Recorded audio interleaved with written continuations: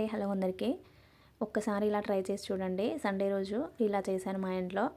చాలా బాగుంది, నిజంగా చెప్తున్నా, సూపర్.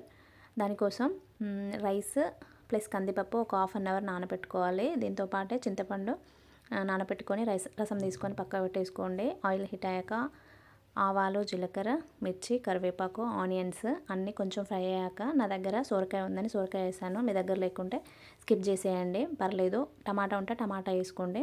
టమాటా వేసుకొని చేసుకున్నా ఓకే. అది ఉంది కదా అని సొరకాయ వేసాను.